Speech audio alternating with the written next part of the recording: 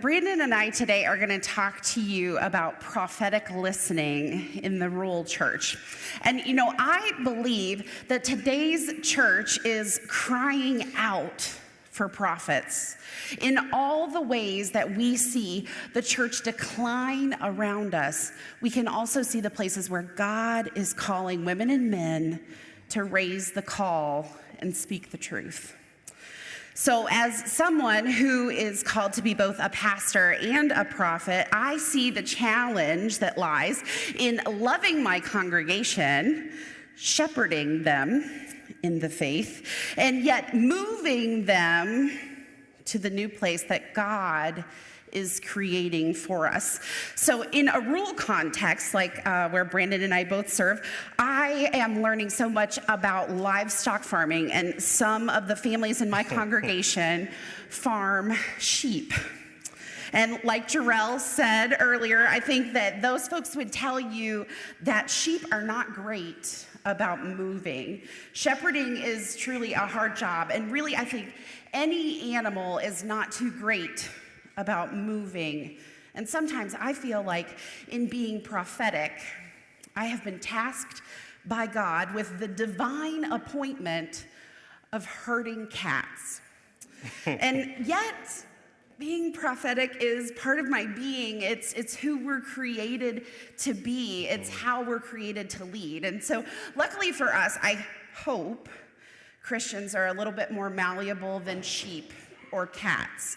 And I really think that the tool that merges the pastoral with the prophetic is relationship, like we've heard all morning, right? So think about it just for a minute. Pastors are people who care for a particular flock of believers. They get to know these people, learn their stories, pray when they are hurting, comfort them when they're grieving, and celebrate them when they rejoice.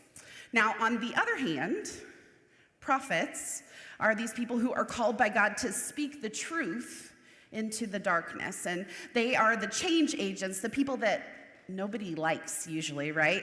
I mean, just look at the Old Testament. Nobody really likes the prophets.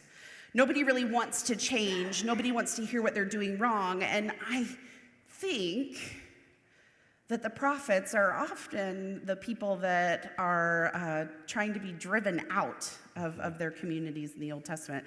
And I think in some ways, maybe that's still a little bit true.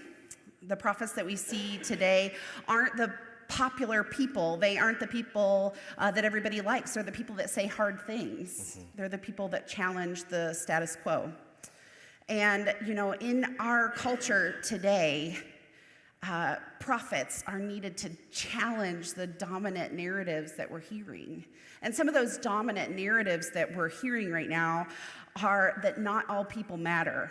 And in fact, if actions tell us anything, some people of color, people who aren't Christian, people who love differently than what is traditionally held to be the right way, matter far, far less. And anyone who doesn't believe as I believe is the enemy, right? That's what we're hearing. And so we, as people who are looking to make new disciples of Jesus Christ for the transformation of the world, we have to ask, well, what's going to bridge that gap? What helps us to care for our flock and yet still move the church forward to the new place that God is creating for us? And I believe that that's relationships, and I think Brandon does too. I think, with time and building relationships, you can begin to challenge those dominant narratives that you hear. Because I believe that God is always speaking truth into our contexts. Even when it seems like our churches are gasping for their last breath, God is there speaking. In between those complaints and those frustrations that you hear, you'll hear the fears of your people. In between their worry and their anger, you'll hear those threads of marginalization, neglect, concern, places where people feel silenced. And I believe that it is then that God will begin to create in you the prophetic word that will transform your context. But we have to listen. We have to listen to God. We have to listen to God's people. And I think some of the dominant narratives that we're hearing right now in our culture, particularly in rural culture, is that everyone is against us. But really, when I listened between the lines in my context in my small rural town, I heard something else, something that I could work with. I heard this dominant narrative that said, we are the forgotten people. The world has moved on and left our rural centers behind. The jobs have moved out and drugs are moving in. And we, the rural Americans, feel neglected, forgotten, and in a lot of places angry. And I think we saw those dominant narratives play out in the election. In fact, I think, it was just one of the key points in the inaugural address from our lovely president. Rural people are being made to believe that they are forgotten, and they feel that. And they're being told that they need to take their place back in society with force. And so I think Brandon has some dominant narratives that he's been hearing in his context that he wants to share too.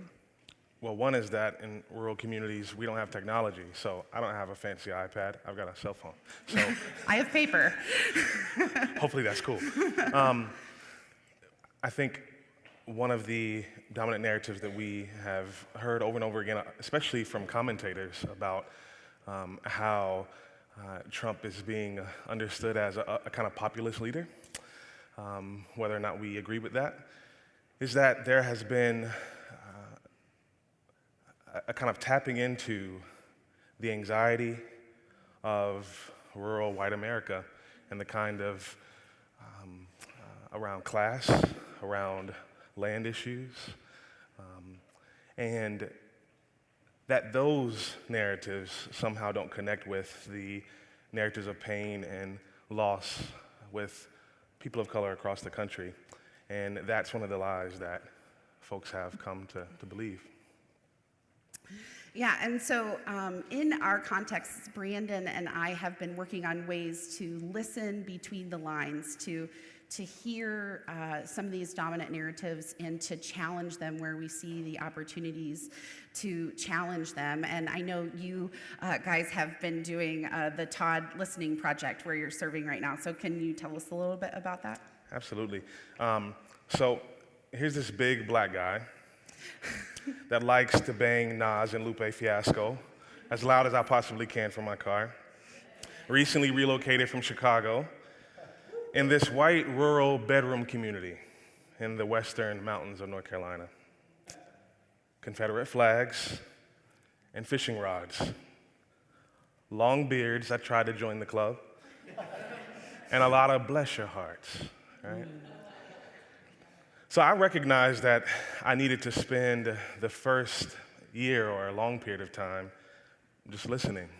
And for me, before we launched the Todd Listening Project, which was a more formal project, I just needed to do that informally as the new pastor of this little congregation that was trying to breathe new life in its ministries and relationships in the community. And so every event that happened in our town, which usually was like one event a month, it's truly a rural community. They're exciting places. Yeah. I try to be there at all of those, to be at every event, to serve, especially being new in the menial task, putting up chairs, taking down chairs, washing dishes, whatever else needed to be done. And trying to build relationships with stakeholders. And very intentionally listening for patterns of pain and loss and hope in folks' stories. And so I learned that the kind of class and political fragmentation that existed in this rural community because of the shifts in land and ownership and developments, that it was a mirage, actually. It wasn't actually true. That there actually was common ground on which this community could stand to collectively take charge of its community. And some of those points of commonality were that folks wanted their general store back. The place where they used to gather around the potbelly stove and get the first cup of coffee for free was no longer there, because you can't operate a business like that when developers are taking over the land and selling it to rich folks in Florida. as they would say it. But everyone really needed access to a good sandwich in the community when the snow came. And that became a point of commonality. But because folks weren't talking to each other because of these fault lines, no one knew that that common ground existed. Another point of commonality was that folks wanted tourists to not ride their bikes in the middle of the road. to have some respect for the folks on the road and for the traditions and culture that existed in that community for generations. And so what I try to do is infuse my vision and leadership with those points of commonality. Every chance I got to speak, I found ways to tell that story and to connect it to future dreams that folks had for our little rural community. Communication was the key issue that I discovered. It's not that folks were as different as they thought they were, but that the natural isolation that comes from a rural community, and because folks fall across all sorts of fault lines, a Republican, Democrat, rich and poor, that there actually was a lot in common that we could build on. And so I gathered stakeholders after about a year, pitched the idea of launching this formal Todd Listening project, and together we created a survey and vision for the project. We trained a team to do canvassing and active listening and mobilization. And now we interview about 75 folks in the community a year about their concerns and their dreams, about their skills and their involvement in the community, and about their network. And then we try to gather folks together to report the information and brainstorm and prioritize, and then put the tools back in the community's hands to take ownership of the community. And so by marrying that ministry of presence that we learn about, y'all remember reflective listening?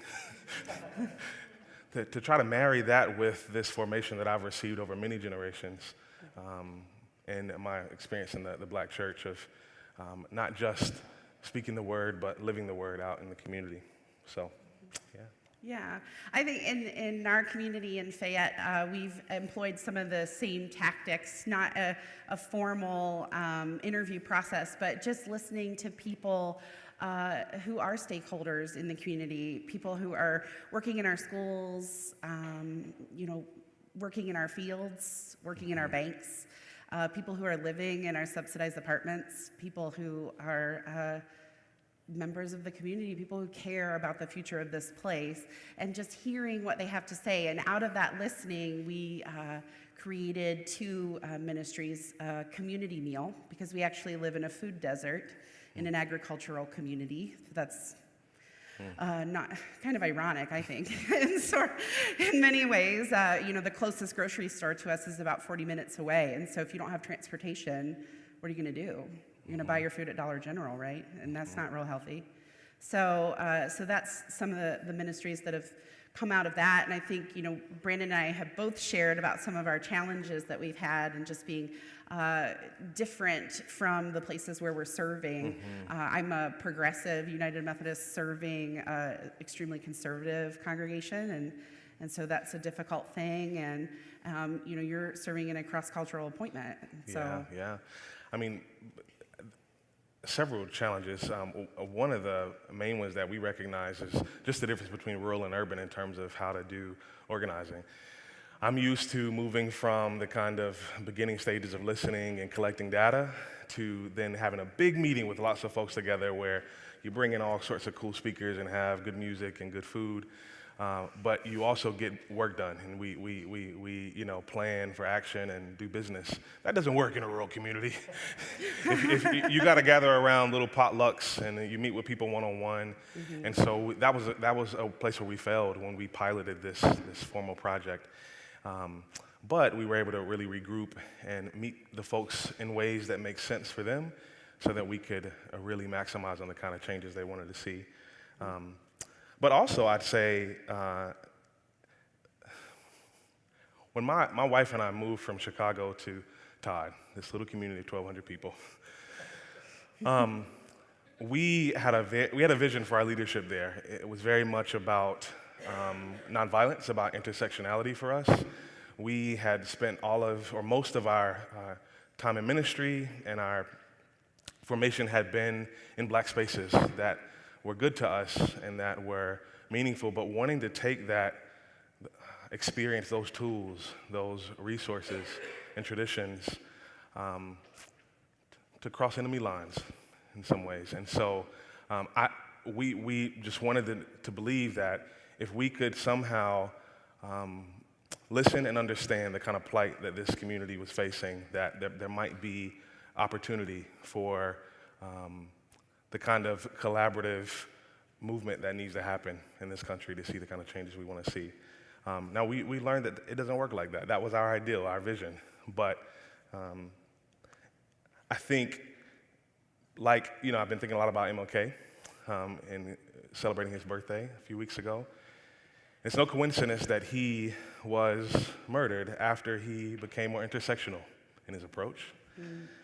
Now, I ain't dead, so. But many in my church refused the connections that I was making between the pain of this white rural community to the social injustices of people of color across the country and the world. And so that meant that people left, lots of people, lots of folks would get up from sermons and walk out and never come back. And so I had to face that and make a choice between faithfulness and integrity or being liked, having high membership. Mm-hmm. I learned that empathizing with white class anxiety doesn't eliminate racism or tokenism, right? And so one of the greatest needs that I've been able to name in my own experience with this experience has been that boundary crossing work is something that needs a lot of protection for the folks that are putting their lives on the line like that folks need to be supported and cared for. And often that's not going to come internally, unfortunately, when you're doing that kind of work. Mm-hmm. And so this is where I believe there's a real responsibility and call for the wider church, especially our cabinets and our conferences, to protect us. That's real and stuff. That's not what I have experienced. But I think there's opportunity and invitation to do that in a way that makes sure that if you do this work, you're not disposable. Mm-hmm. Yeah. I mean, thank you. Mm-hmm. Thank you so much, Brandon. I think, throughout ministry, there are always challenges and there are always victories. And it's really easy to feel defeated. Mm-hmm. But I believe that we must not be defeated. We must press on, especially in these days. Mm-hmm. And the last thing I'll share about just some of the successes that we've experienced. We don't want to just be doom and gloom. Well, yeah. But just a couple of bright spots, glimpses of hope that we experience in this work. And I think for me, learning to really celebrate the small victories. Mm-hmm. And so the fact that I was able to gather folks in a room, these stakeholders, Republican and Democrat, liberal and progressive, new age and no age, right? Was huge because that had never happened. And so that was really important work, and being able to celebrate that with the community was really important for us to move forward with this vision. Another thing that I'll name is the small victory of our Knitwits group, which is a crochet group of seniors that was struggling. They were down to a couple of members. The folks were dying out of their little group. They didn't feel like they mattered. They didn't feel like anyone even knew they existed with so many new people coming into the community. Mm-hmm. But we found out through our listening that there were new people in the community that wanted to learn how to sew and crochet, and so we were able to connect them with those folks. And the hope is that by naming and affirming the work that they're doing in building community, that we can organize them as we move forward in carrying out the vision that we have.